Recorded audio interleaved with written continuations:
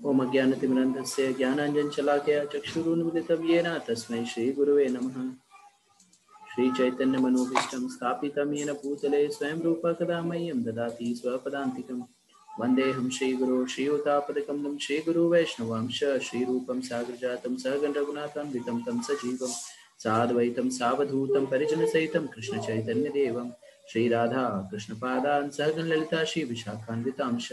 नमो विष्णुपादाय कृष्णपृष्ठाय भूतले श्रीमते भक्तिवेदांत स्वामी नामिने नमस्ते सरस्वती देवे गौरवाणी प्रचारणे निर्विशेष शून्यवादी पाश्चात्य देशतारणे। जय श्री कृष्ण चैतन्य प्रभु नित्यानंद श्री अद्वैत गदाधर शिवासादि गौर भक्तवृंद। हरे कृष्ण कृष्ण कृष्ण हरे हरे, हरे राम राम राम हरे हरे, हरे कृष्ण। बहुत बहुत धन्यवाद एक बार फिर से आप लोग का ज्वाइन करने के लिए इसका सत्र में। तो अब हम लोग श्लोक संख्या 37 और 38 अब तक हम लोग ने भगवद गीता के पहले अध्याय का 36 नंबर श्लोक तक डिस्कस किया। अब हम श्लोक 37 और 38 को पढ़ेंगे। तो ये श्लोक 37 और 38 कौन पढ़ना चाहेगा? मैं पढ़ती हूँ प्रभु जी। यस माता जी पढ़िए। हरे कृष्ण। यद्यपेतेन पश्यति लोभोपहत चेतसः कुलक्षय कृतं दोषं मित्रदोहे च पातकम् कथं न ज्ञेयम् अस्माभिः पापादस्मिन्नवर्तितुं कुलक्षय कृतं दोषं प्रपश्यद्भिः जनार्दनः। भावार्थ, हे जनार्दन, यद्यपि लोभ से अभिभूत चित्त वाले ये लोग अपने परिवार को मारने या अपने मित्रों से द्रोह करने में कोई दोष नहीं देखते, किंतु हम लोग जो परिवार के विनष्ट करने में अपराध देख सकते हैं, ऐसे पाप कर्मों में क्यों प्रवृत्त हों। तात्पर्य, क्षत्रिय से यह आशा नहीं की जाती कि वह अपने विपक्षी दल द्वारा युद्ध करने या जुआ खेलने का आमंत्रण दिए जाने पर मना करे। ऐसी अनिवार्यता से अर्जुन लड़ने से नकार नहीं सकता, क्योंकि उसको दुर्योधन के दल ने ललकारा था। इस प्रसंग में अर्जुन ने विचार किया कि हो सकता है कि दूसरा पक्ष इस ललकार के परिणामों के प्रति अनभिज्ञ हो, किंतु अर्जुन को तो दुष्परिणाम दिखाई पड़ रहे थे, अतः वह इस ललकार को स्वीकार नहीं कर सकता। यदि परिणाम अच्छा हो तो कर्तव्य वस्तुतः पालनीय है, किंतु यदि परिणाम विपरीत हो तो हम उसके लिए बाध्य नहीं होते। इन पक्ष विपक्षों पर विचार करके अर्जुन ने युद्ध न करने का निश्चय किया। हरे कृष्णा। हरे कृष्ण। बहुत बहुत धन्यवाद पढ़ने के लिए माता जी। तो इसके पहले अभी हम लोग देख रहे हैं किस तरह से अर्जुन जो है विविध बहुत सारे कारण दे रहा है कि वो युद्ध क्यों नहीं करेगा। ठीक है, तो इसके पहले उसने बताया कि किस तरह से उसके परिवार वाले हैं, तो अगर वो राज्य, अगर वो सबको मार करके अगर ये जीत भी जाता है, युद्ध जीत भी जाता है, तो उसके साथ वो शो ऑफ कैसे करेगा। तो सारे लोग जो हैं वो शो ऑफ पे जीते हैं। ठीक है, हम लोग कुछ भी विषय वस्तु पाते हैं तो उसको दिखाना चाहते हैं कि दूसरे को, अगर दूसरे लोग देख के उसको अगर वो करेंगे कि ये बहुत अच्छा है तो हमें दिल को भी अच्छा लगता है। तो इसी तरह से अर्जुन ये भी सोच रहा था कि अगर मैं सारे लोगों को मार भी दूं और सब लोग कोई नहीं रहेगा, तो मेरे पास जो धन संपत्ति और ये सब है उसको कौन चेरिश करेगा, उसको कौन बोलेगा कि यार तुम्हारे पास बहुत वो है। तो इस तरह से उसे वो रीजन दे रहा था, कारण दे रहा था कि युद्ध क्यों नहीं करूंगा। अब यहाँ पे श्लोक संख्या 37 और 38 में कारण ये बता रहा है कि चलो ठीक है, मान लिया कि वो लोग जो है वो लोग दुष्ट प्रवृत्ति के हैं, उन लोग को समझ नहीं है, वो लोग मूर्ख हैं, लेकिन हम लोग तो समझदार हैं। तो अगर हम लोग समझदार हैं तो हम ऐसा कार्य क्यों करें। ठीक है, तो यहाँ पे उस तरह से वो बचने के लिए, युद्ध से बचने के लिए एक प्रकार से बता रहा है कि अगर हम लोग गलत कार्य करेंगे तो उसका हमें पाप कार्य लगेगा। ठीक है, वो लोग लालची है लेकिन हम तो लालची नहीं है। ठीक है, श्रील प्रभुपाद जी जो है तात्पर्य बता रहे हैं कि क्षत्रिय से आशा नहीं की जाती, विपक्षी दल द्वारा युद्ध करने, जुआ खेलने का आमंत्रण दिए जाने पर मना करे। तो यहाँ पे अब जो है क्षत्रिय, अब अर्जुन जो है क्षत्रिय, तो सारे लोगों का कुछ धर्म होता है। तो हम लोग जो भी कुछ कार्य कर रहे हैं तो 4 वर्ण और 4 आश्रम। ठीक है, तो 4 आश्रम कौन कौन से हैं? ब्रह्मचारी, गृहस्थ, वानप्रस्थ और सन्यास।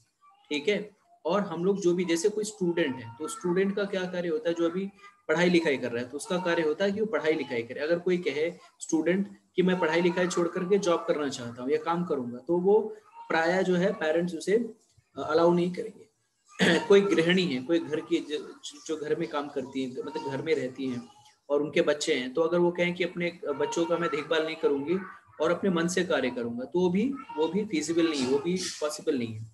तो इसी तरह से क्षत्रिय होने के नाते अर्जुन का धर्म क्या था? लड़ाई करना, युद्ध करना। और युद्ध क्षेत्र वो एक जगह होती है जहाँ पे क्षत्रिय अपने कौशल को दिखा सके। ठीक है, अर्जुन ने इतने दिन जो है वो प्रैक्टिस किया था, इतने सारे युद्ध लड़े थे। अब टाइम है जहाँ पे वो कहे कि अपने कौशल को, युद्ध कौशल को दिखाए और सारे लोगों से प्रशंसा पाए। लेकिन अब वो अज्ञानतावश जो है इससे मना कर रहा है। ये क्यों मना कर रहा है? जैसा कि हमने पहले सत्रों में देखा था, पहले क्लासेसों में देखा था कि किस तरह से अर्जुन को मोह हो गया है। तो जब हमें मोह हो जाता है तो उस मोह के कारण हम लोग सही और गलत जो है वो समझ नहीं पाते। ठीक है, समझ में आ गया? जी ठीक है, नेक्स्ट श्लोक पे चलते हैं हम, श्लोक संख्या 39 पे।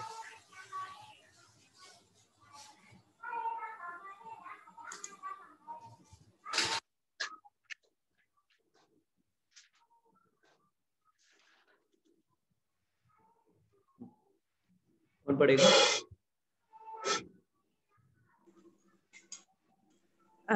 मैं पढ़ती हूँ प्रभु। पढ़िए माता जी। कुलक्षये प्रशन्यन्ति कुलधर्माः सनातनाः धर्मे नष्टे कुलकुत्स न धर्मो विभक्तयुतः। भावार्थ, कुल का नाश होने पर सनातन कुल परंपरा नष्ट हो जाती है और इस तरह शेष कुल भी अधर्म में प्रवृत्त हो जाता है।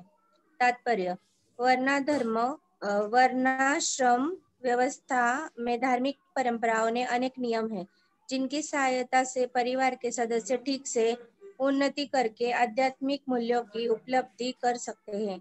परिवार में जन्म से लेकर मृत्यु तक सारे संस्कारों के लिए वयोवृद्ध लोग उत्तरदायी होते हैं, किंतु इन वयोवृद्धों की मृत्यु के पश्चात संस्कार संबंधी पारिवारिक परंपराएं रुक जाती है और परिवार के जो तरुण सदस्य बचे रहते हैं वो अधर्ममय व्यसनों से प्रवृत्त होने से मुक्ति लाभ से वंचित रह सकते हैं। अतः किसी भी कारणवश परिवार वयोवृद्ध का वध नहीं होना चाहिए। हरे कृष्ण। हरे कृष्ण। तो अब अर्जुन एक और कारण दे रहा है किस तरह से अगर वो युद्ध करेगा और युद्ध में उसके घर के सारे बड़े बूढ़े मारे जाएंगे तो कुल का क्षय हो जाएगा। ठीक है, तो हमें जो भी परंपराएं हैं, जो भी हमारे कर्म हैं निभाने के लिए जो भी रहते हैं, वो कौन हमें बताता है? घर के बड़े बूढ़े बताते हैं। तो अर्जुन एक और तर्क दे रहा है कि अगर घर के सारे बड़े बूढ़े मारे जाएंगे तो हमारे कुल की जो परंपरा है वो नष्ट हो जाएगी। ठीक है, और इसके लिए जिम्मेदार कौन होगा? अर्जुन होगा। लेकिन अर्जुन जो है यहाँ पे ये भी भूल जा रहा है कि ये लोग जो भी लोग हैं, जो लोग यहाँ पे जो युद्ध करने के लिए आए हैं, ये लोग कोई साधु महात्मा नहीं है। ये लोग वही लोग हैं जिन्होंने पांडवों के साथ बहुत सारी गलतियां की, गलत कार्य किए, जैसे कि उनको जहर देके मारने का प्रयास किया, उनको जलाने का प्रयास किया और उनकी पत्नी को बेइज्जत करने का प्रयास किया और उनके सारी संपत्ति को हड़प लिया। तो जैसे कि पिछले श्लोक में बताया गया ये लोग सारे आताताई लोग हैं, तो इनको दंडित करने में उसे कोई रहम नहीं होनी चाहिए। लेकिन फिर भी अर्जुन चूंकि वैष्णव है, तो वैष्णव का जो मन कैसा रहता है, वो पर दुखा दुखी होता है। वैष्णव जो है किसी को भी कष्ट नहीं देना चाहता है। ठीक है, इनफैक्ट चींटी को भी मारना नहीं चाहता। क्यों? क्योंकि वो जानता है कि परमात्मा जो है सारे जीवों में निवास करते हैं। परमात्मा जो है, कृष्ण जो है सारे जीवों में परमात्मा के रूप में निवास करते हैं, तो वो किसी को कष्ट नहीं देना चाहता। तो उसी मनोभाव, उसी मनोदशा के कारण अर्जुन यहाँ पे दया का प्रदर्शन कर रहा है।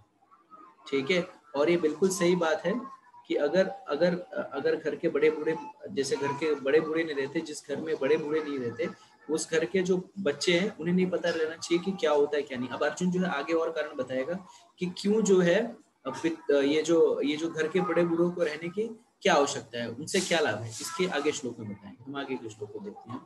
श्लोक संख्या 40 में अर्जुन क्या कह रहे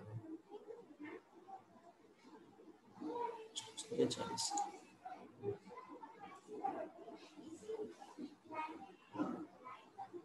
पढ़िए। कौन पढ़ेगा? मैं पढ़ूं प्रभु जी? यस प्रभु, पढ़िए।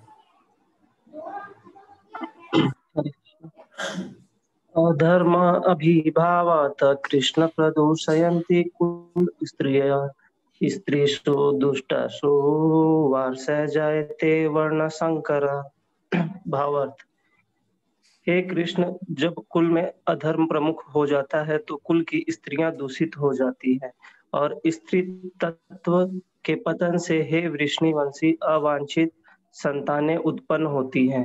तात्पर्य: जीवन में शांति, सुख तथा आध्यात्मिक उन्नति का मुख्य सिद्धांत मानव समाज में अच्छी संतान का होना है। वर्णाश्रम धर्म के नियम इस प्रकार बनाए गए थे कि राज्य तथा जाति के आध्यात्मिक उन्नति के लिए समाज में अच्छी संतान उत्पन्न हो।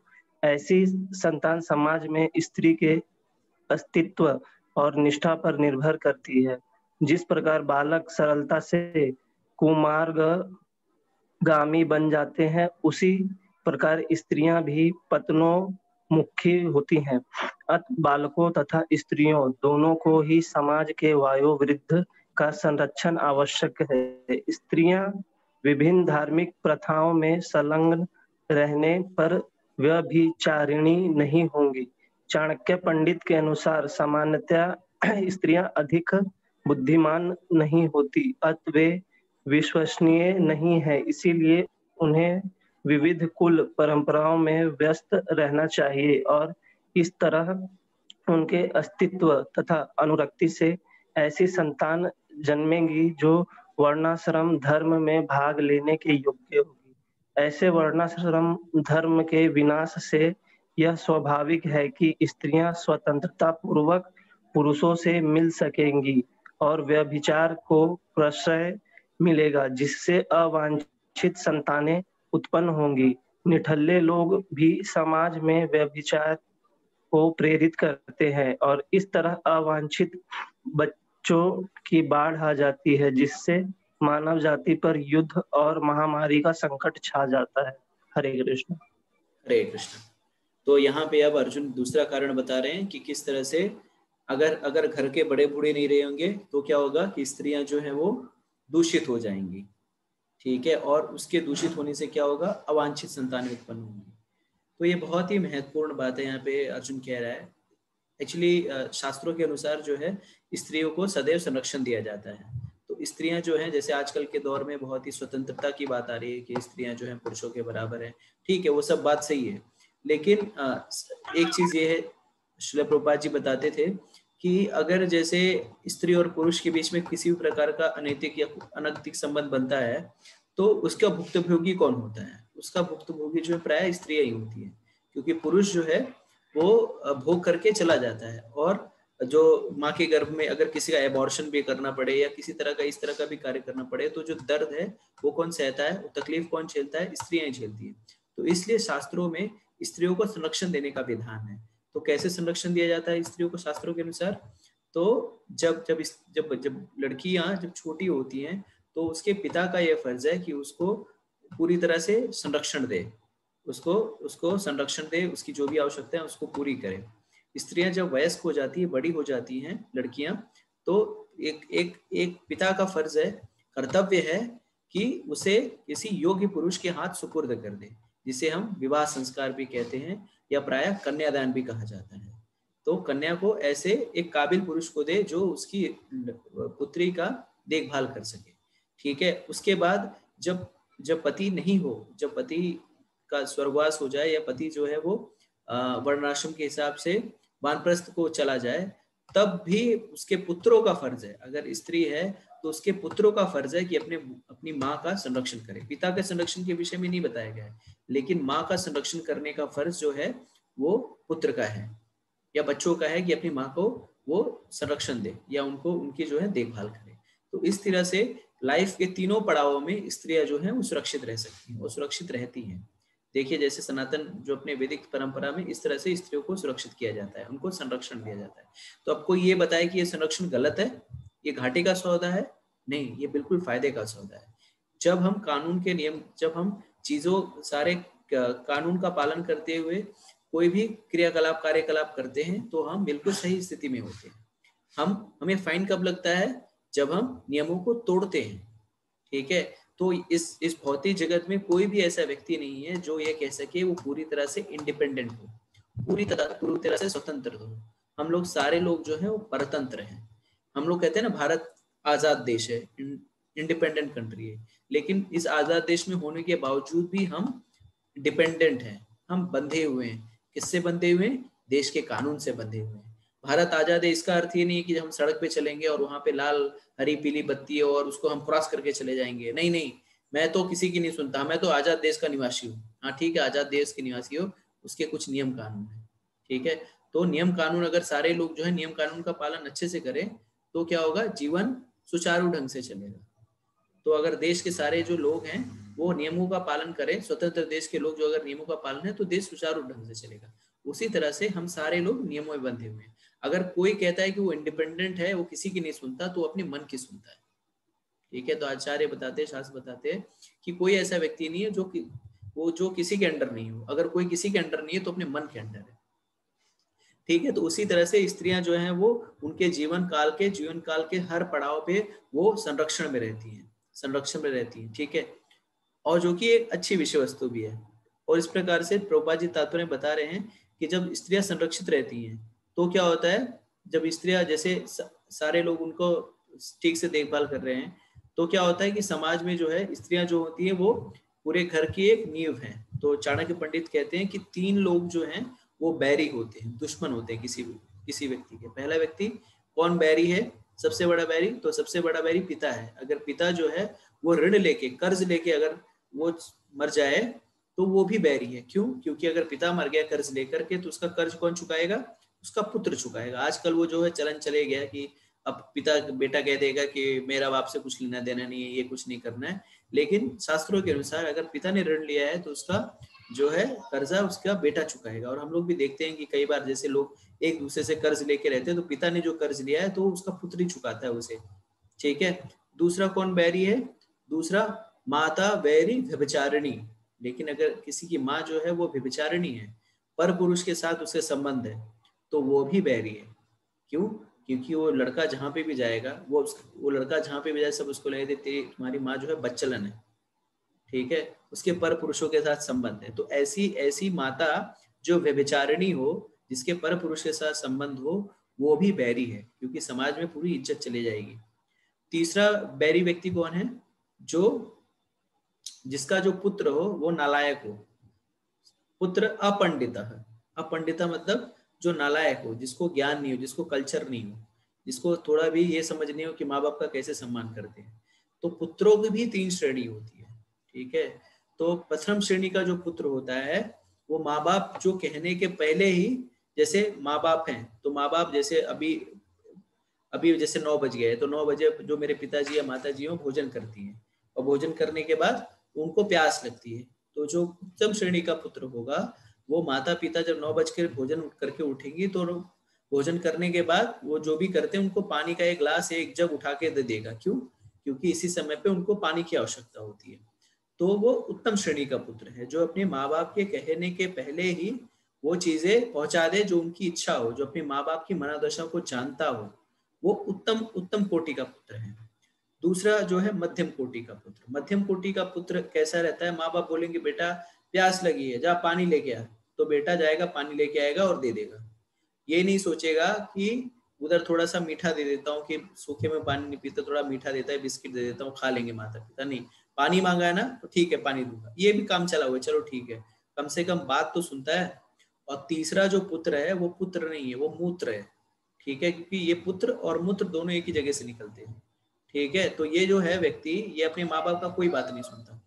माँ बोलेगी बेटा पानी लेके आ, तो बोलेगा तुम क्यों नहीं उठ के ले लेती, तुमको क्या नहीं उठ के होने हो रहा है, ठीक है। बाप पिताजी बोलेंगे इधर आ, तो इधर आने के बाद उधर जाएगा। तो ऐसे पुत्र को शास्त्रों के अनुसार क्या कहा गया है?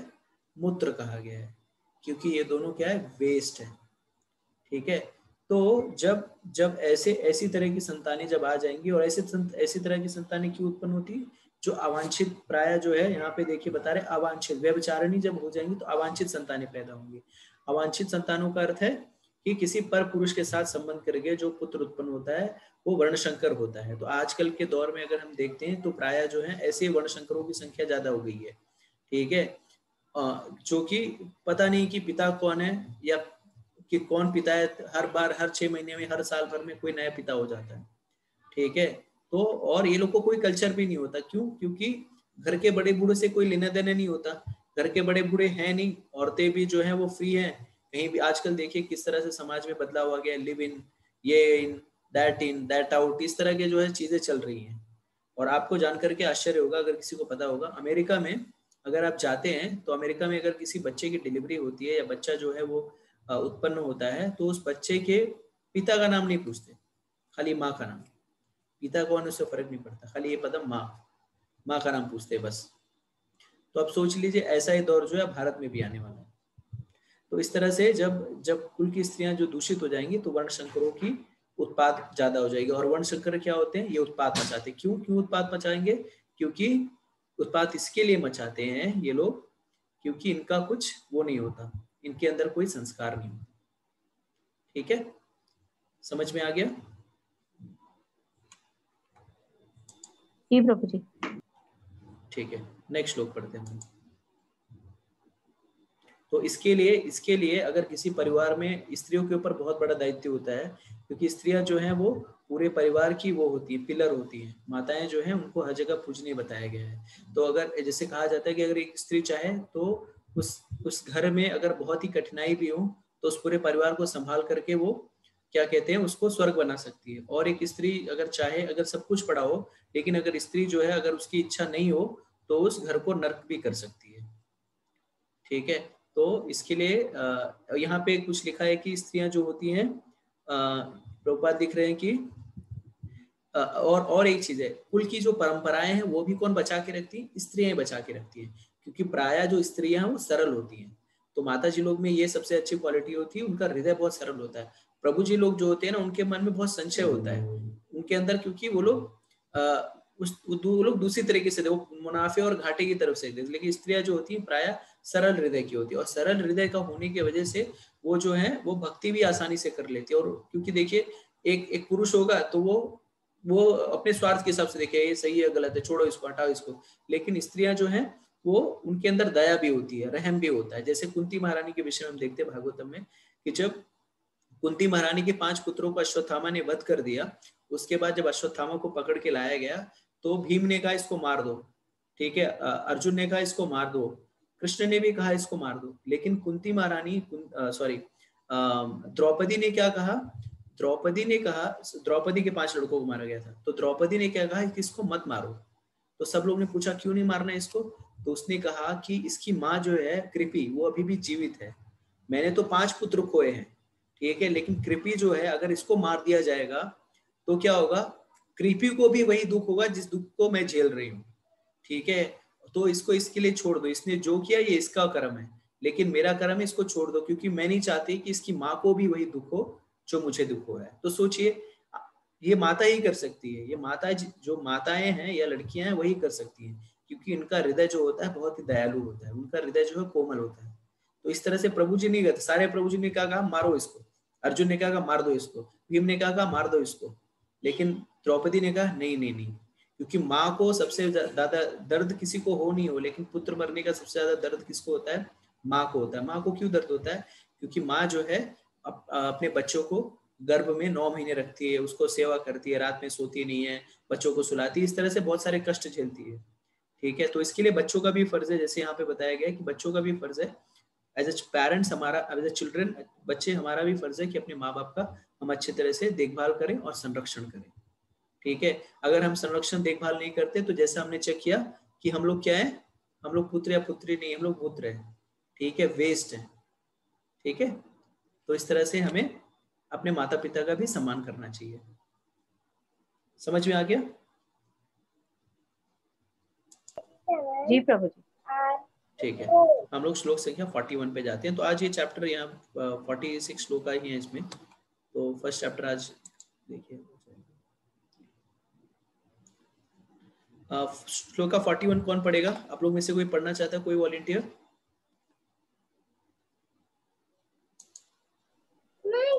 जी मैं पढ़ती हूँ। यस, पढ़िए मतलब। संकरो नरकायैव कुलघ्नानां कुलस्य च पतन्ति पितरो ह्योषा लुप्तपिण्डोदकक्रियाः। भावार्थ: अवांछित संतानों की वृद्धि से निश्चय ही परिवार के लिए तथा पारिवारिक परंपरा को विनष्ट करने वालों के लिए नारकीय जीवन उत्पन्न होता है। ऐसे पतित कुलों के पुरखे पितर लोग गिर जाते हैं, क्योंकि उन्हें जल तथा पिंड दान देने की क्रियाएं समाप्त हो जाती हैं। तात्पर्य: सकाम कर्म के विधि विधानों के अनुसार कुल के पितरों को समय समय पर जल तथा पिंडदान दिया जाना चाहिए। यह दान विष्णु पूजा द्वारा किया जाता है, किंतु विष्णु को अर्पित भोजन के उच्चिष्ट भाग प्रसाद को खाने से सारे पाप कर्मों से उद्धार हो जाता है।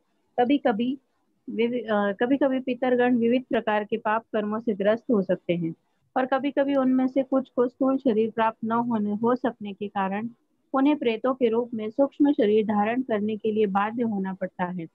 अतः जब वंशजों द्वारा पितरों को बचा प्रसाद अर्पित किया जाता है, तो उनका प्रेत योनि या अन्य प्रकार के दुखमय जीवन से उद्धार होता है। पितरों को इस प्रकार की सहायता पहुंचाना कुल परंपरा है, और जो लोग भक्ति का जीवन यापन नहीं करते, उन्हें ये अनुष्ठान करने होते हैं। केवल भक्ति करने से मनुष्य सैकड़ों क्या हजारों पितरों को ऐसे संकटों से उबार सकता है। भागवत में 11वें स्कंद 5वें अध्याय के 41वें श्लोक में कहा गया है, देवर्षि भूतात्पनृतान पितॄणाम न किंकरो नाय मृणी च राजन सर्वात्मना यः शरणम शरण्यम गतो मुकुंद परिहर्त्य कर्तम। जो पुरुष अन्य समस्त कर्तव्यों को त्याग कर मुक्ति के दाता मुकुंद के चरण कमलों की शरण ग्रहण करता है और इस पथ पर गंभीरता पूर्वक चलता है, वह देवताओं, मुनियों, सामान्य जीवों, स्वजनों, मनुष्यों या पितरों के प्रति अपने कर्तव्य या ऋण से मुक्त हो जाता है। श्री भगवान की सेवा करने से ऐसे दायित्व अपने आप पूरे हो जाते हैं। हरे कृष्ण। हरे कृष्ण। तो अब अर्जुन एक और रीजन दे रहा है, एक और कारण दे रहा है कि किस तरह से जब ये कुल की स्त्रियां दूषित हो जाएंगी, वर्णशंकर पैदा होंगे, तो अब देखिए कितने सिस्टमैटिक ढंग से अर्जुन जो है अपने तर्कों को प्रस्तुत कर रहा है। पहले वो कह रहा है कि अगर बड़े बूढ़ों को मारेंगे तो कुल की परंपरा नष्ट हो जाएगी, ठीक है। फिर वो कह रहा है कि अगर कुल की परंपरा नष्ट हो जाएगी, बड़े बूढ़े रहेंगे नहीं, तो अगर पुरुष रहेंगे नहीं घर में, तो स्त्रियां दूषित हो जाएंगी, क्योंकि पर पुरुषों के साथ वो संबंध स्थापित करेंगे। जब वो पर पुरुषों के साथ संबंध स्थापित करेंगे तो कैसे संतान उत्पन्न होंगे? वर्णशंकर संतान उत्पन्न होंगे। और जब वर्णशंकर संतान उत्पन्न होंगे, अवांछित संतानों की अगर अवांछित संतानें हो जाएंगी तो उससे क्या होगा कि परिवार की पारिवारिक परंपरा का विनष्ट हो जाएगा, नाश हो जाएगा, और साथ ही साथ ऐसे लोगों के जो पितर हैं वो गिर जाएंगे। क्यों? क्योंकि पिंडदान की जो प्रक्रिया है वो भी समाप्त हो जाएगी। तो अर्जुन जो है वो तरह तरह के प्रश्न, ये देखिए ऐसे ही हम लोग भी जीवन में करते हैं। जब कोई चीज हमें नहीं करनी होती, जिससे हम बचना चाहते हैं, तो हम क्या करते हैं? तरह तरह के तर्क प्रस्तुत करते हैं। हमें आंतरिक रूप से पता होता है कि ये जो चीजें हैं ये करनी चाहिए, लेकिन फिर भी अगर नहीं करना होता है ना, तो हम एक्सक्यूजेस दे रहे हैं। तो उसी तरह से अर्जुन यहाँ पे एक्सक्यूज दे रहे हैं, और ये बहुत ही वैलिड आर्ग्यूमेंट है, वैलिड एक्सक्यूज है यहाँ पे, ठीक है। तो जब अवांछित संतानें पैदा होंगे तो उससे क्या लॉस होगा? पिंडदान का जो प्रोसेस है वो बंद हो जाएगा। अभी पिंडदान का प्रोसेस क्या है? तो जैसे अपने शास्त्रों में आता है कि पितृपक्ष होता है एक समय। तो पितृपक्ष में जो प्राय जो फोर फादर्स होते हैं, जैसे मुसलमानों में शब बारात होती है, शब बारात में वो क्या करते हैं कि जाते हैं, उनकी मज़ारों पर जाते हैं और रात को वहां पे रुकते हैं, जो उनके पूर्वज होते हैं। उसी तरह से हमारे यहाँ पिंडदान का प्रोसेस होता है सनातन वैदिक सनातन धर्म में, जहाँ पे लोगों को जो फोर फादर्स होते हैं उनको कुछ जल और सारे कुछ अर्पण करते हैं, जिससे कि जो ऐसे जो सोल्स हैं, जो ऐसे जो जीव हैं, जो मतलब जिन्होंने बहुत तरह से गलत कार्य किया होगा, गलत कर्म किया होगा, तो वो जो है कहीं कष्ट झेल रहे हैं, तो उनको यही समय होता है जहाँ पे उनको कुछ खाने के लिए दिया जाता है। तो प्राय जो लोग हैं वो गया जाते हैं। गया में क्या करते हैं? गया में जाके प्राय पिंडदान किया जाता है। तो गया में क्या होता है, जो पितर है उनको ले जाके वहां पे पिंडदान किया जाता है। तो वहां पे एक मंदिर है, विष्णुपाद मंदिर, तो वहां पे विष्णुपाद मंदिर में जाते हैं, भगवान को भोग अर्पण करके उनको पुत्रों को दे दिया जाता है। तो इस तरह से कहा जाता है कि वो मुक्त हो जाते हैं। तो यहाँ पे श्रील प्रभुपाद जी लिख रहे हैं कि केवल भक्ति करने वालों को ये करने की जरूरत नहीं, जो भगवान कृष्ण की भक्ति कर रहे हैं उनको अलग से पिंडदान करने की आवश्यकता नहीं होती। तो ऐसा क्यों है कि भगवान कृष्ण की भक्ति करने वाले को अलग से पिंडदान करने की आवश्यकता नहीं? क्यों? क्योंकि भगवान कृष्ण जो है वो क्या कहते हैं, वो परम पुरुषोत्तम भगवान स्वयं है, ठीक है। और जैसा कि भागवतम के श्लोक का उदाहरण देखिए, क्या कह रहे हैं? देवर्षि भूतप्ता ऋणम पितृणम नायम किंकरो ऋणी चराजम सर्वात्मना यम शरणम शरणम गतो मुकुंदम परिहार्थ करते, ठीक है। तो जब हम भगवान मुकुंद की शरण ले लेते हैं तो फिर हमें और और जो भी देवी देवता हैं वो प्रोसेस करने की आवश्यकता नहीं हो जाती। क्यों नहीं रहती? क्योंकि भगवान जो है सारे चीज के जड़ है। तो जैसे कि हम लोग अगर वृक्ष को पोषण देना चाहते हैं तो पानी कहाँ डालते हैं? हम जल जो है वो उसकी तने में डालते हैं। तो उसी तरह से भगवान जो है सारे सृष्टि के जड़ है। और जैसे भगवद गीता में कृष्ण कहते हैं मया दक्षिणे प्रकृति स्वीते से चराचरम हेतु नाने कौन्तेय जगत परिवर्तते। तो मेरे ही मया दक्षिणे प्रकृति, तो उनकी अध्यक्षता में सारा कुछ कार्य होता है। तो सारे जो इंद्र चंद्र वरुण ये जो प्रकृति जो सही रूप से चल रही है, सूर्य जो है सुबह जो समय पे आ जाता है, चंद्रमा जो है अपने समय पे आ जाता है, ये किसकी अध्यक्षता में हो रहा है? भगवान की अध्यक्षता में हो रहा है। 5वें अध्याय के 29 श्लोक में कृष्ण कहते हैं कि भोक्ताराम एक तपसाम सर्वलोक महेश्वरम सुहृदम सर्वभूतानाम यत्वम शांति रक्षति। तो मैं ही सारे चीजों का भोक्ता हूँ। ठीक है, तो जब आप भगवान की भक्ति करते हैं तो अलग से आपको कर्मकांड करने की आवश्यकता नहीं होती। और दूसरी चीज ये है कि जो भगवान के भक्त हैं वो रोज भोग लगाते हैं। ठीक है, तो जब पिंडदान होता है तो पिंडदान में किसको भोग लगाया जाता है? भगवान विष्णु को भोग लगाया जाता है। लेकिन जो भक्त है उनके घर में रोज भोग लग रहा होता है। और जब आप भगवान को भोग लगाते हैं, जब कृष्ण भगवान स्वयं तुष्ट हो जाते हैं तो सारे जो प्राणी मात्र है वो अपने आप तुष्ट हो जाते हैं। जिस तरह से हम भोजन करते हैं, अगर भोजन हमारे पेट में जाता है तो सारे शरीर के भाग को पोषण मिल जाता है। उसी तरह से भगवान को भोग लगाने पे सारे लोग जो हैं, सारे लोगों, देवी देवता पितर सबको मिल जाता है। इसका क्या उदाहरण है? तो इसका उदाहरण जो है भागवतम में आता है। जबकि दुर्वासा मुनि जो है वो पांडवों के घर पे आते हैं। ठीक है, तो कथा बहुत लंबी है, मैं शॉर्ट में इसको बताता हूँ कि किस तरह से एक बार क्या होता है कि दुर्योधन जो है वो बहुत बड़ी पार्टी रखता है, फीस्ट रखता है, और उसमें किसको बुलाता है? दुर्वासा मुनि को बुलाता है। और दुर्वासा मुनि के साथ उनके 10,000 से ज्यादा शिष्य जो है वो भी आते हैं। ठीक है, तो दुर्वासा मुनि की बहुत अच्छी देखभाल करता है, उनको खिलाता पिलाता है अच्छे से। और दुर्वासा मुनि को कैसा जाना जाता है कि वो बहुत क्रोधी स्वभाव के होते हैं, मतलब वो तुरंत ही गुस्सा भी हो जाएंगे और तुरंत ही आपको खुश भी हो जाएंगे। तो सबको बुलाता है, खिलाता पिलाता है 3-4 दिन तक, उनकी मेहमानी करता है। उसके बाद दुर्वासा मुनि प्रसन्न हो जाते हैं, उनको पूछते हैं कि अच्छा बताओ बेटा तुम्हें क्या चाहिए, क्या वरदान चाहिए? तो अब देखिए, अगर कोई, देखिए ऐसे ही हम लोग भी करते हैं जीवन में। हम क्या करते हैं, हम किसी दूसरे को तकलीफ देने के लिए अपना भी घाटा करवा सकते हैं। तो उसी तरह से वो कुछ भी मांग सकता था दुर्वासा मुनि से, लेकिन वो क्या बोलता है कि प्रभु जी महाराज, आप जो है मेरे ऊपर इतना इतना आपने दया दिखाया, आप क्या करिए, पांडवों के पास भी चले जाइए, उन लोग के ऊपर भी दया दिखाइए, लेकिन मेरा अब रिक्वेस्ट है आप ना दोपहर के बाद जाना उनके पास। तो दोपहर के बाद जाने की बात क्यों की उसने? दोपहर के बाद जाने की बात इसके लिए की क्योंकि उसको पता था कि द्रौपदी के पास क्या है, अक्षय पात्र है। और अक्षय पात्र का खासियत ये था कि दोपहर में जब द्रौपदी खा लेगी उसके बाद वो भोजन नहीं देगा।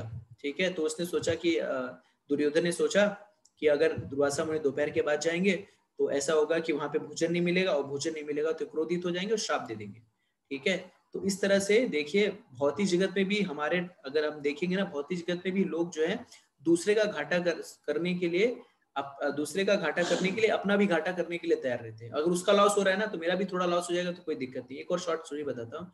तो एक बार दो आदमी रहते हैं। ठीक है, एक आदमी रहता है और वो बहुत अपने पड़ोसी, उसका पड़ोसी जो बहुत मेहनत करके पैसे कमा के मतलब घर बनाता है, गाड़ी बनाता है, सब कुछ लेता है और बहुत आगे बढ़ जाता है।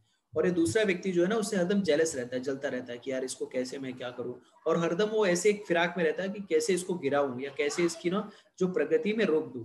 तो इस जगत में, करंट सिचुएशन में, लोग अपने दुख से उतने दुखी नहीं जितना सामने वाले के सुख से दुखी है।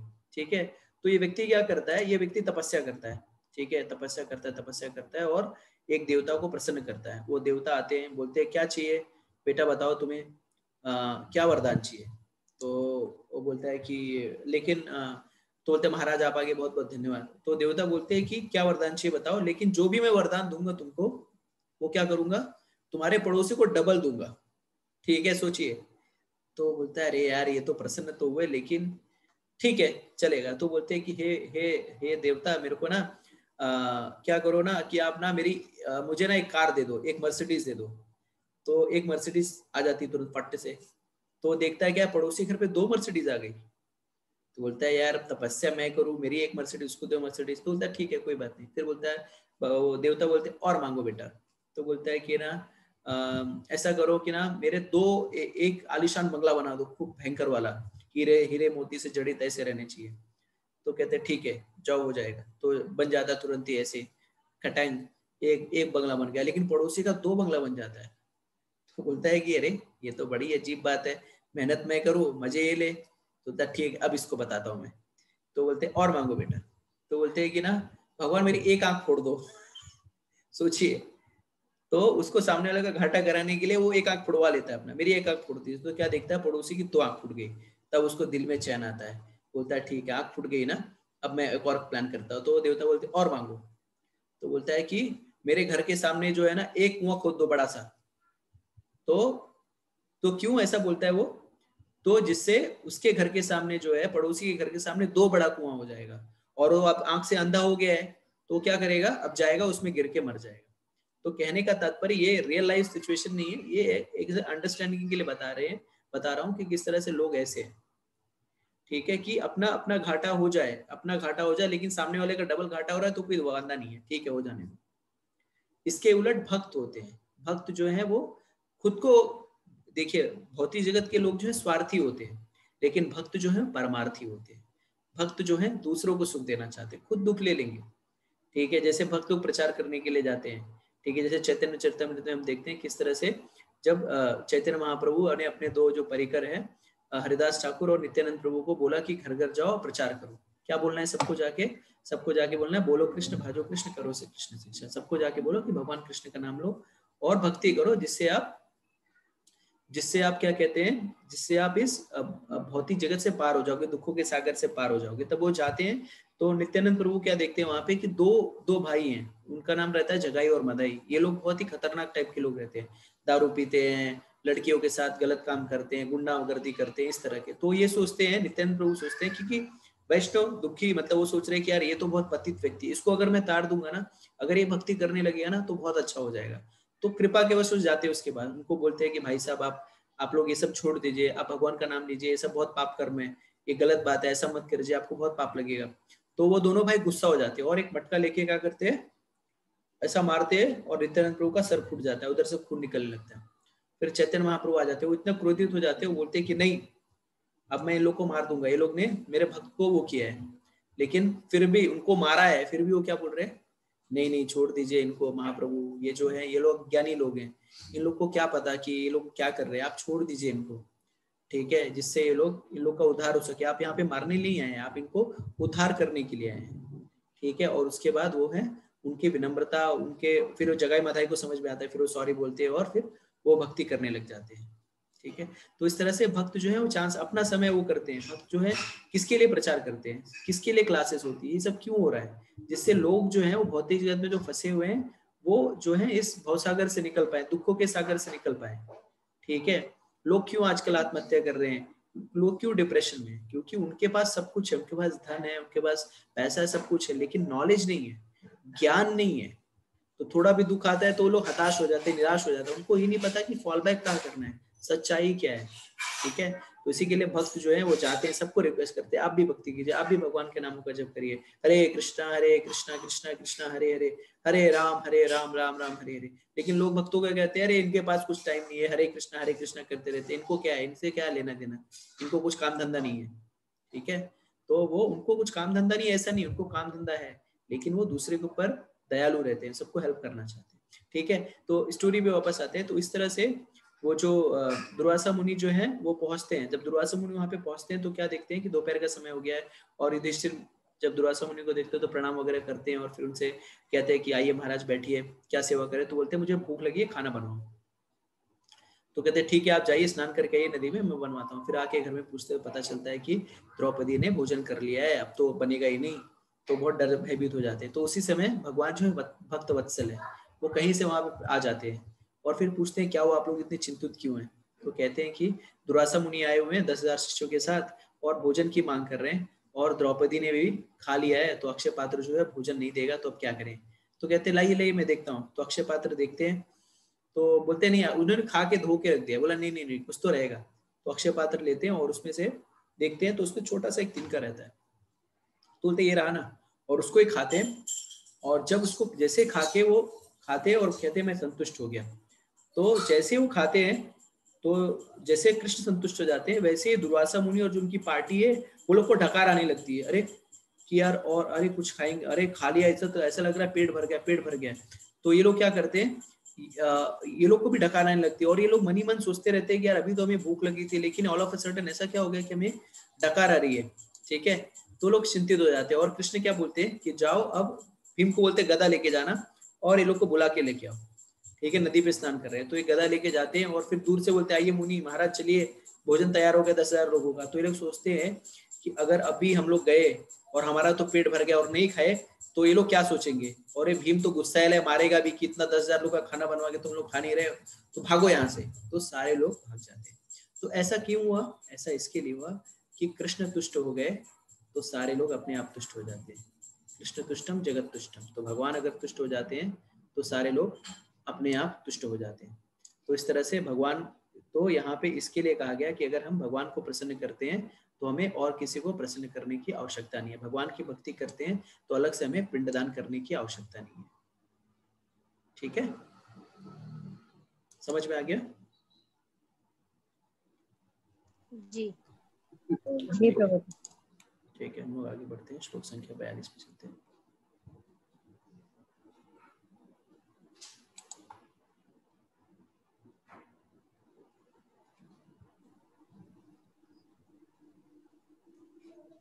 कौन पढ़ेगा?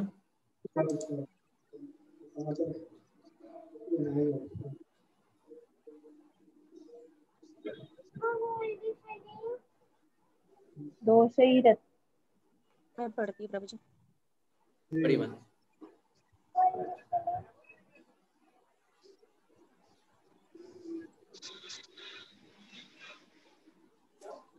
दोषे रहते कुल घाना वर्ण संग कारके है, उत घन्ने जाति धर्माह कुल धर्माश्व शाश्वताह।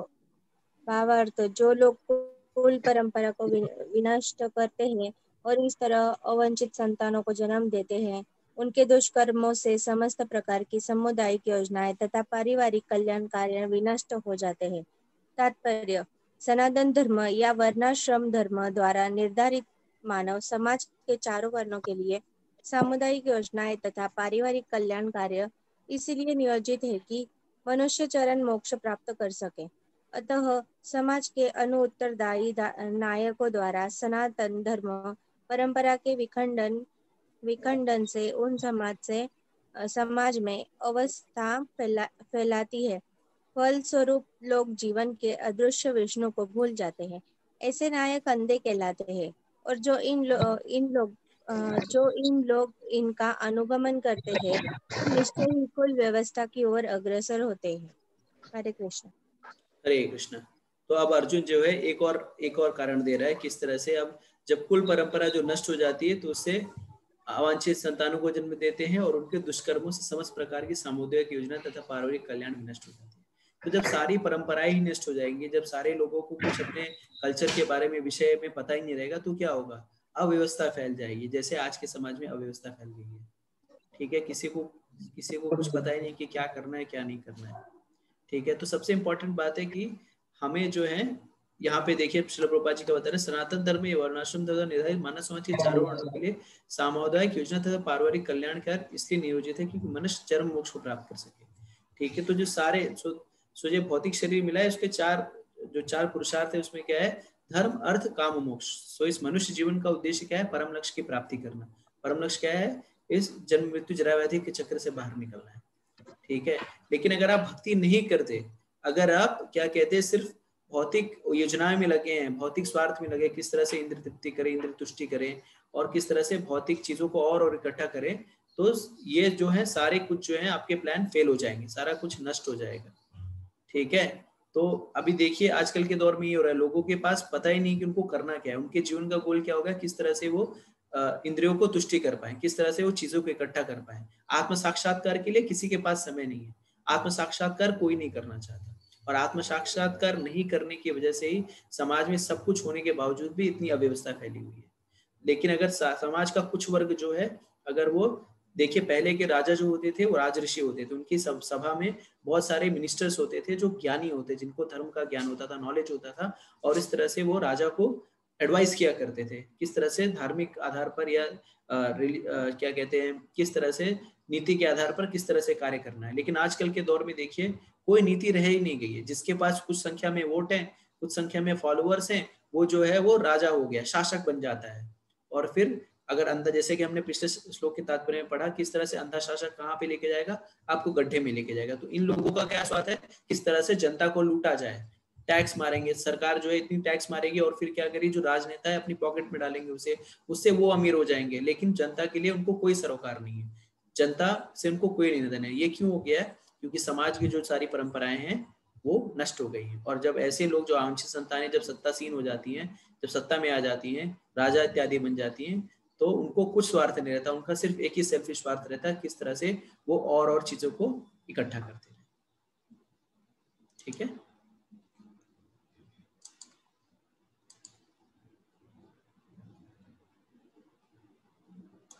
ठीक है। अब हम आगे चलते हैं श्लोक संख्या 43 पे।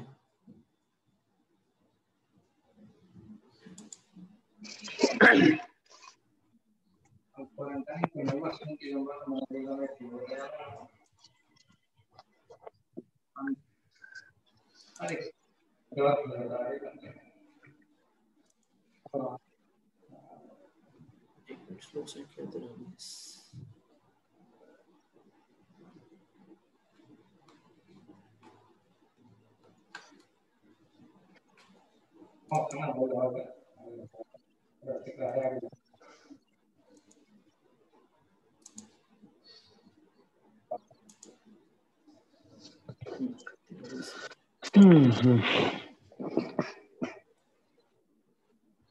संख्या 43।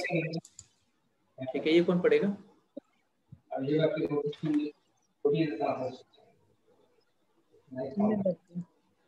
पढ़िए माता। उत्सन्न कुल धर्माणां मनुष्याणां जनार्दन नरके नियतं वासो भवति त्वनुश्रुषुमः।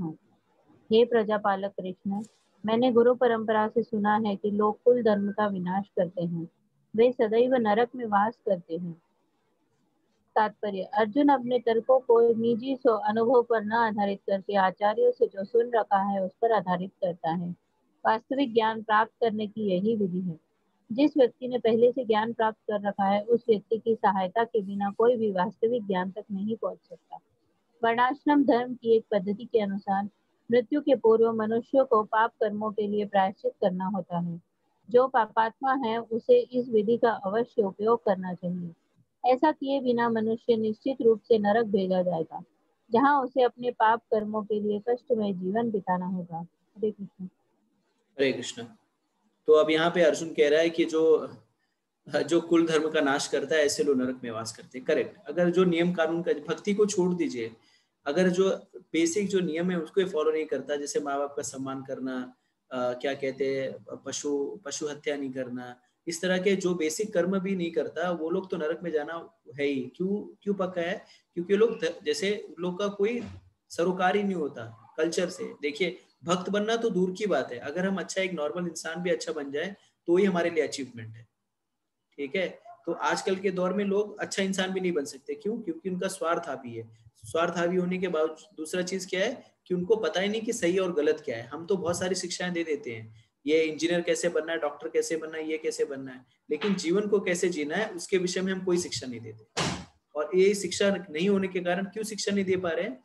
क्योंकि एक जो कल्चर था, एक जो सांस्कृतिक वो था, उसका जो लाइन लिंक है कहीं टूट गया है। ठीक है, और इस वजह से जो लोग हैं उनको सही और गलत का कुछ भान नहीं रह गया है, सब अपने सिर्फ स्वार्थ में हैं।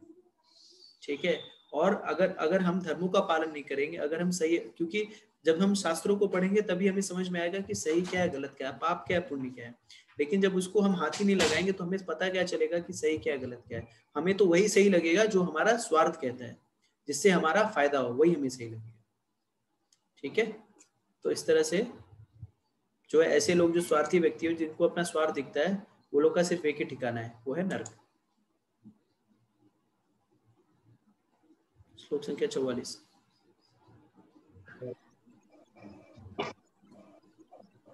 हरे कृष्णा। हरे कृष्ण। प्रभु पढ़िए।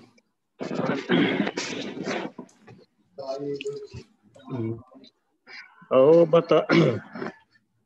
बत महत् पापं कुरुत भविष्यताम् यद्राज्य सुख लोभेन हन्तुम स्वजन्म मुददता।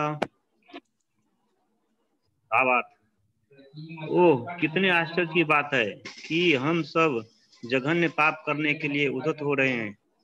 राज सुख भोगने के लिए इच्छा से प्रेरित होकर हम अपने संबंधियों को मारने पर तुले हैं। तात्पर्य, स्वार्थ के वशीभूत होकर मनुष्य अपने सगे भाई, बाप या माँ के वध जैसे पाप कर्मों में प्रवृत्त हो सकता है। विश्व के इतिहास में ऐसे अनेक उदाहरण मिलते हैं, किंतु भगवान का साधु भक्त होने के कारण अर्जुन सदाचार के प्रति जागरूक है, अतः वह ऐसे कार्यों से बचने का प्रयत्न करता है। जब श्रील प्रभुपाद की हरे कृष्ण। तो अब अर्जुन जो है यहाँ पे शो कर रहा है, अब कह रहा है कि ऐसे जघन्य पाप कर्म में जितने इतने सारे प्रॉब्लम है, कुल का नष्ट हो जाएगा, पिंडदान नहीं होगा, पितृ तर्ज वो हो जाएंगे, कुल की स्त्रियों का विनाश हो जाएगा, इस तरह से इतने सारे पाप कर्मों को देख पा रहा है कि इतने सारे जो पाप कर्म है। तो यही भक्त का लक्षण होता है। भक्त कभी स्वार्थी नहीं होता। भक्त अपने स्वार्थ को नहीं देखता, वो देखता है कि जनहित में कैसे, जनहित को, लोगों को कैसे भला हो सकता है। ठीक है, यहाँ पे श्रील प्रभुपाद जी बता रहे हैं कि विश्व के ऐसे बहुत उदाहरण मिलते हैं जिसमें माँ ने क्या कहते हैं अपने सगे भाई को ही मारते थे। आजकल के दौर में देखिए लोग जो हैं संपत्ति के लिए, स्त्री के लिए या किसी ऐसी वस्तु के लिए अपने भाई, बाप, यहाँ तक कि बेटों को भी मारते नहीं छोड़ते, मारने से नहीं कतराते। यहाँ पे देखते हैं बूढ़े माँ बाप को बच्चे ने मार दिया, किसके लिए? प्रॉपर्टी के लिए। या बेटे, माँ बाप ने बेटे को मार दिया, किसी माँ ने अपने बेटे को मार दिया।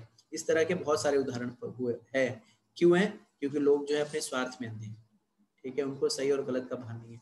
जबकि अर्जुन जो है इसको देख पा रहा है। क्यों? क्योंकि वो वैष्णव है, साधु है। तो ये साधु के गुण होते हैं कि वो कभी भी किसी चीज का भले और बुरे का आकलन करता है।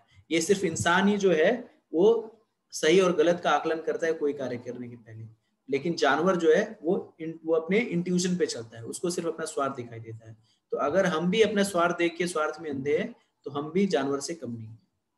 ठीक है, और जानवर अगर हमें नहीं बनना है तो हमें क्या करना पड़ेगा? अपनी इस बुद्धि और विवेक को बढ़ाने के लिए हमें साधु संग करना पड़ेगा, भक्तों के संग में जाना पड़ेगा। जब हम भक्तों के संग में जाएंगे तब हमें समझ में आएगा कि सही क्या है, गलत क्या है। जब शास्त्रों का अध्ययन करेंगे, और जब तक सही और गलत का नहीं समझ में आ रहा है कि हमें क्या है, तब तक हम जानवर की तरह ही। ठीक है, क्योंकि जानवर को है सही गलत नहीं होता। जैसे सड़क पे गाड़ी चल रही है और वहां पे लाल सिग्नल हो गया, तो लाल सिग्नल हो गया तो सारी गाड़ियां रुक जाती हैं, लेकिन अगर वहां से गाय चली जाती है तो कोई चालान नहीं करता। क्यों? क्योंकि गाय जानवर, उसको सही और गलत का नहीं पता है। ठीक है, तो नियम और कानून जो है वो सिर्फ इंसानों पे लागू होते हैं, और जो जानवर है वो किसी की नहीं मानते। तो अगर ऐसे जो लोग हैं जो किसी सिर्फ अपने स्वार्थ को मानते हैं और किसी भी शास्त्र को नहीं मानते, ऐसे लोगों को शास्त्रों में बताया गया कि ऐसे लोग क्या है? दो पैरों वाले जानवर है। ठीक है, तो हमें जानवर नहीं बनना है। श्लोक संख्या 45 कौन पढ़ेगा? हरे कृष्ण। पढ़ो प्रभु जी। पढ़िए प्रभु जी। यदि माम अप्रीतिकारम अशस्त्रम शस्त्र पाणय धार्तराष्ट्र रणे हन्यो तत मे क्षेमतरम भवेत। यदि भावार्थ, यदि शस्त्रधारी धृतराष्ट्र के पुत्र मुझ निहत्थे तथा रणभूमि में प्रतिरोध न करने वाले को मारे तो यह मेरे लिए श्रेयस्कर होगा। तात्पर्य, क्षत्रियों के युद्ध नियमों के अनुसार ऐसी प्रथा है कि निहत्थे तथा विमुख शत्रु पर आक्रमण न किया जाए, किंतु अर्जुन ने निश्चय किया कि शत्रु भले ही इस विषम अवस्था में उस पर आक्रमण कर दे, किंतु वह युद्ध नहीं करेगा। उसने इस पर विचार नहीं किया कि दूसरा दल युद्ध के लिए कितना उद्धत है। इस सब लक्षणों का कारण उसकी दयाद्रता है, जो भगवान के महान भक्त होने का कारण उत्पन्न हुई है। हरे कृष्णा। देखिए, तो यहाँ पे फिर से अर्जुन की जो क्वालिटी है वो किसी कायरता की वजह से नहीं है, वो उसकी ही, वो जो उसके वैष्णव है, वो वैष्णव साधु होने के कारण उसके अंदर इस तरह की दया की भावना है। ठीक है, कि वो अपने को कष्ट देने के लिए तैयार है, लेकिन सामने वाला उसके ऊपर अन्याय भी कर रहा है तो भी वो उसको कष्ट नहीं देना चाहता। तो यही है साधु का स्वभाव, यही है एक वैष्णव का स्वभाव। ठीक है, वैष्णव जो है वो टिट फॉर टैट नहीं करता, नहले पे दहला मारने का प्रयास नहीं करता। वो क्या करता है? अगर कोई उसे कष्ट दे रहा है तो उसको सह लेता है। ठीक है, ये वैष्णव का नहीं, किसी ने मुझे गाली दी मैं पलट करके गाली दूं, नहीं। तो अर्जुन जो है उसी वैष्णव सदाचार का यहाँ पे प्रस्तुतिकरण कर रहा है। अब वो क्या कह रहा है कि अगर कोई मुझे मार भी दे तो कोई भी मुझे डर नहीं है, और ये मरना मेरे लिए श्रेष्ठ करूंगा। क्यों? क्योंकि वो देख पा रहा है कि ऐसे ये सारे लोग जो है वो ये सारे लोग कितने मदान थे, इनको सही और गलत नहीं समझ में आ रहा है, इनको सिर्फ स्वार्थ ही दिख रहा है। क्यों? क्योंकि इसके अंदर बुद्धि है। ठीक है, बुद्धि कैसे आती है? साधु के संग करने से। ठीक है, अब हम इस अध्याय का आखिरी श्लोक देखते हैं, श्लोक संख्या 46, और फिर अध्याय 1 समाप्त हो जाएगा। श्लोक संख्या 46 कौन पढ़ेगा?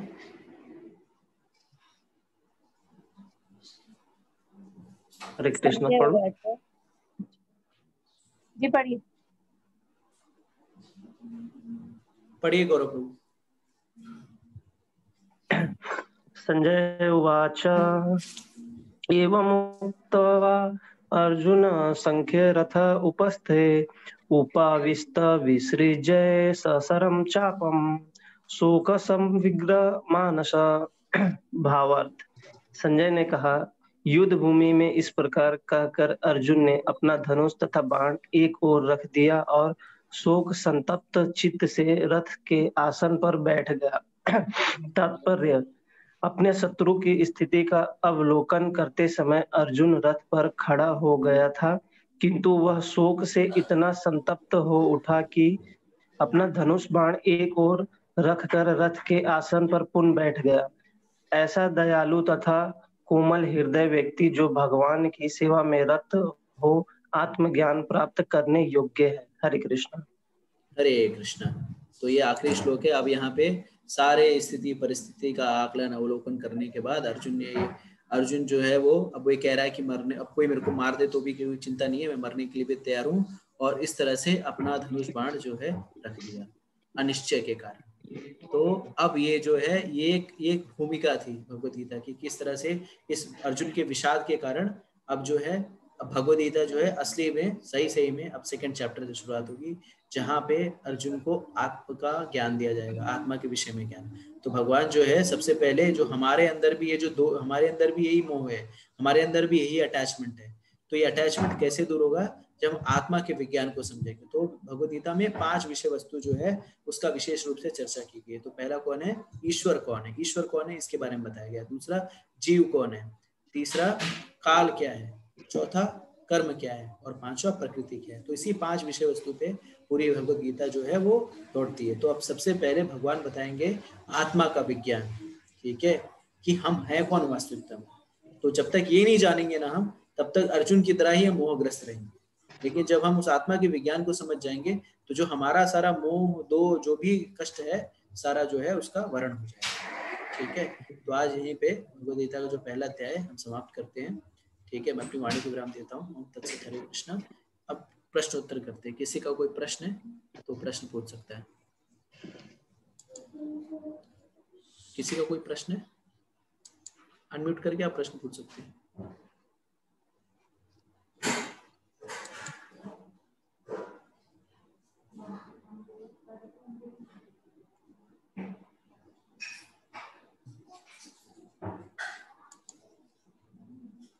किसी का कोई प्रश्न नहीं है?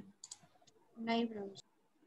अच्छा, प्रभु जी चैट में शायद पंकज शर्मा प्रभु जी ने कुछ लिखा है, देख लीजिए एक बार। चैट में है उनका कुछ क्वेश्चन। हाँ, करे। जिसने जीवन में कभी गीता नहीं पढ़ी तो उसकी क्या गति होगी? क्या वो व्यक्ति अभागा है? आप तो यही कहेंगे कि हाँ जी जरूरी है। क्या पुराने जमाने में राजा मोक्ष को प्राप्त हो गए? ठीक है, तो प्रभु जी का प्रश्न है कि प्रभु जी ने प्रश्न पूछ रहे हैं जिसने जीवन में कभी गीता नहीं पढ़ी तो उसकी क्या गति होगी। तो जीवन का लक्ष्य जो है वो गीता पढ़ना नहीं है। ठीक है, गीता जो है भगवान की वाणी है। जीवन का लक्ष्य है भगवान से अपने संबंधों को पुनर्स्थापित करना। ठीक है, तो अगर आप गीता नहीं भी पढ़ रहे हैं लेकिन आप भक्ति कर रहे हैं तो बिल्कुल सही है, कोई दिक्कत नहीं है। तो ये इसको कैसे प्रमाणित किया जाए, इसको कैसे समझाया जाए? तो इसकी जो है एक घटना जो आती है चैतन्य चरितमृत में आती है। तो चैतन्य चरितमृत में चैतन्य महाप्रभु जो थे वो दक्षिण भारत की यात्रा पे गए हुए थे, और दक्षिण भारत की यात्रा करते हुए वे कहाँ पहुंचे थे? एक स्थान है श्रीरंगम जो कि त्रिची नामक शहर में है। तो वहां पे चातुर्मास का समय था, तो चैतन्य महाप्रभु वहां पे 4 महीनों तक थे। ठीक है, 4 महीनों तक थे। उसके बाद 4 महीनों तक जब वहां पे थे तो वहां पे वो रोज भगवान रंगनाथ जी का दर्शन करने जाते थे, और दर्शन करने के उपरांत वो जब आते थे तो देखते थे प्रायः की प्रांगण में एक व्यक्ति जो है वो क्या कर रहा है, वो भगवद गीता ऐसे मतलब वो पढ़ रहा है, कुछ तो पढ़ रहा है, और उसके आंखों से निरंतर अश्रु की धाराएं बह रही है। ठीक है, और साथ ही पड़ोस में बहुत सारे लोग जो है उसके ऊपर अट्टहास करते हुए हंस भी रहे हैं। तो महाप्रभु जो उस व्यक्ति के पास जाते हैं, उसको पूछते हैं कि भाई साहब, मैं रोज देखता हूँ आप यहाँ पे खड़े रहते हैं और कुछ पढ़ते रहते हैं, और फिर साथ साथ आंसू भी आपकी आंखों से आंसू भी निकलते रहती है और लोग हंसते भी रहते हैं, तो ये क्या है, क्या माजरा क्या है? तो वो कहते हैं कि एक्चुअली ऐसा है प्रभु जी कि जो है ना, मैं जो हूँ ना, मैं अनपढ़ हूँ। ठीक है, तो बोलते ठीक है आप अनपढ़ हो तो ये क्या किताब, कौन सी किताब लेके पढ़ रही, क्या लिए हो आप? तो कहते हैं कि मैं अनपढ़ हूँ, लेकिन ये मैं भगवद गीता पढ़ने का प्रयास, भगवद गीता पढ़ रहा हूँ। ठीक है, तो कहते हैं कि ठीक है भगवद गीता पढ़ रहे हैं आप, तो फिर आप ये आपकी आंखों से अश्रु क्यों निकल रहे हैं इतने सारे? तो कहते हैं कि मैं अनपढ़ हूँ और मैं भगवद गीता पढ़ रहा हूँ, और मुझे जो भी कुछ श्लोक याद है मैंने सुने उसका मैं उच्चारण करता हूँ, और ये लोग सारे लोग जानते हैं कि मैं अनपढ़ हूँ, फिर भी मैं भगवद गीता का पढ़ने का प्रयास कर रहा हूँ, इसके लिए मेरे ऊपर अट्टहास कर रहे हैं। ठीक है, तो ठीक है, तो बोले ठीक है, वो तो समझ में आया, आपकी आंखों से आंसू क्यों निकल रहे हैं? तो कहते हैं आंसू इसके लिए निकल रहे हैं कि जब भी मैं भगवद गीता की पन्नों को पलटता हूँ और जब भी मैं उस चित्र को देखता हूँ जिसमें भगवान जो है वो अर्जुन के सारथी बने हुए हैं, तब मैं जब ये देखता हूँ और ये सोचता हूँ कि भगवान कितने भक्तवत्सल है। ठीक है, कि वो अपने भक्तों के लिए कुछ भी करने के लिए तैयार है, वो अपने भक्त के लिए उसका सारथी बनने के लिए भी तैयार है। देखिए, सारथी बनना जो है बहुत आसान बात नहीं है। जब सारथी जो बनता है तो जो उसका जो जो जो जो योद्धा रहता है वो युद्ध स्थल में लात मारता है।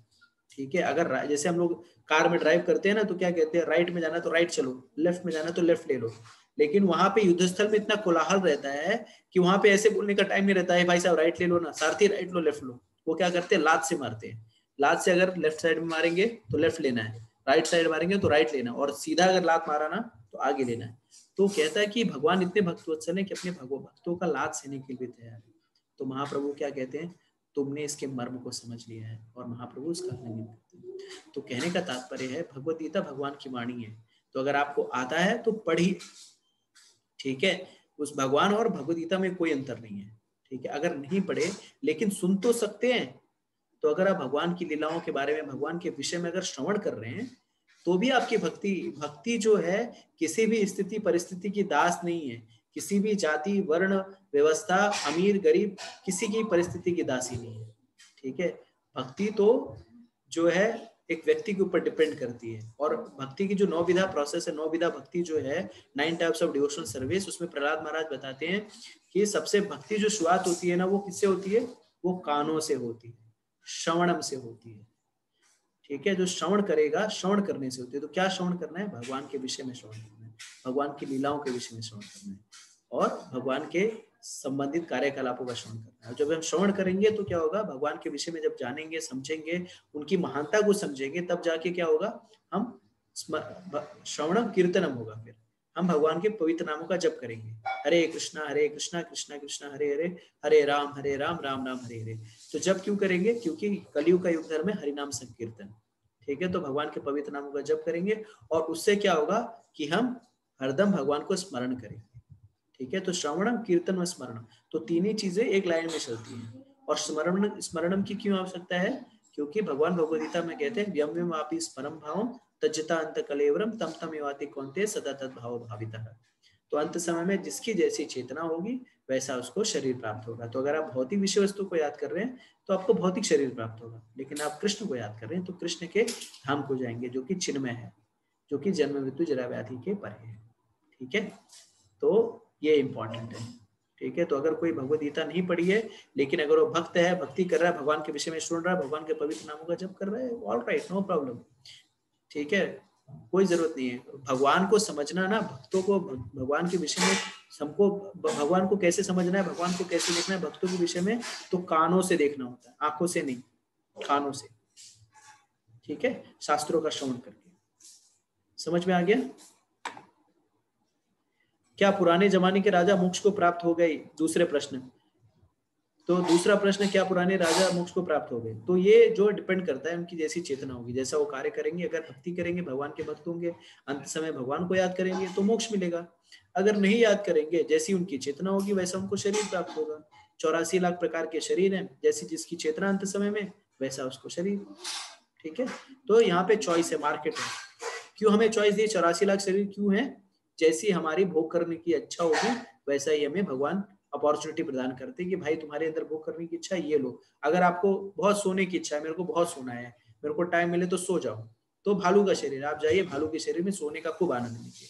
अगर किसी को मैथुन करने का बहुत सुख है, बहुत है कि मैं बहुत मैथुन करूं, तो ऐसे लोगों के लिए पिजन का शरीर है, तो आप पिजन के शरीर में जाइए, मैथुन दिन भर करते रहिए, मैथुन ही करिए। ठीक है, किसी को बहुत ही नग्न रहने का ये बहुत शौक है, बहुत मेरे कैसे नग्न रहूं, तो उसके लिए पेड़ का शरीर है, आप जाइए पेड़ की तरह। पेड़ को देखिए, कभी जैकेट पहना है? नहीं, वो एकदम आराम से खड़ा रहता है, बिना बारिश हो ठंडी हो कुछ भी, वो ऐसे ही खड़ा रहता है। तो आप खड़े रहिए। तो आपकी चॉइस। ऐसा क्यों करते हैं भगवान? क्योंकि भगवान के हम बच्चे हैं। ठीक है, और भगवान जैसे हम अपने बच्चों का ध्यान रखते हैं ना, हम जो चाहिए वो देते हैं, उसी तरह से भगवान भी हमें जो चाहिए उस हिसाब से हमें अलॉट कर देते, अलोकेट कर देते। ये चाहिए ये ले लो, ये चाहिए ये ले लो। समझ में आ गया? जी प्रभु। ठीक है, ठीक है। और किसी का कोई प्रश्न नहीं हो तो पंकज प्रभु, आपका प्रश्न का उत्तर मिल गया? पंकज शर्मा प्रभु,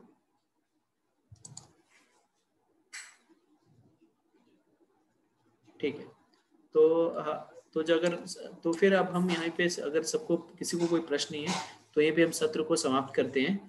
ठीक है, और नेक्स्ट सैटरडे जो है हम लोग दूसरा चैप्टर स्टार्ट करेंगे, जो कि बहुत बहुत महत्वपूर्ण है, क्योंकि इसमें आत्मा का विज्ञान बताएंगे भगवान। और जब तक हम आत्मा के विषय में ये नहीं समझेंगे कि हमारी असली पहचान क्या है, हम कौन है, तब तक हम जो है इस क्या कहते हैं, इस भौतिक जो हमारी प्रॉब्लम्स हैं उसको हम नहीं सॉल्व कर सकते।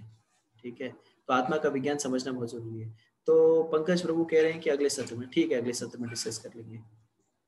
ठीक है, तो उसके बाद हाँ, और एक चीज है कि हर सैटरडे मतलब हर दिन हम सुबह 8 बजे जो है एक 15 मिनट्स का चैंटिंग सेशन भी रखते हैं, जिसमें भक्त लोग आते हैं, एक राउंड जप करते हैं हरे कृष्ण महामंत्र का, और 10 मिनट का ही होता है, मतलब 8 से 8-10 में जपा हो जाती है, एक राउंड जप करते हैं 108 वाली, और फिर हम लोग डिस्कस करते हैं। तो अगर आप लोग को इंटरेस्ट हो, ज्वाइन करना चाहते हैं, तो यही जो आईडी है, इसी आईडी पे आप ज्वाइन कर सकते हैं, और हर दिन हम लोग एक राउंड जो है साथ में जप कर सकते हैं।